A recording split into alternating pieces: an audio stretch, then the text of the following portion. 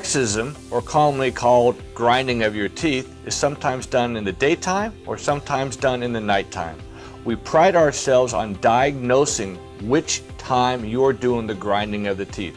Not all patients grind their teeth or have bruxisms, but the one that do have that issue can grind their teeth away, grind through their enamel, break teeth. Also, it could lead to temporomandibular joint problems, areas of discomfort, or muscle overload in the joint. Bruxism is something that needs to be addressed for your individual set. 2 sets of teeth is all you get, primary and secondary, and if we protect your secondary, they can last the rest of your life.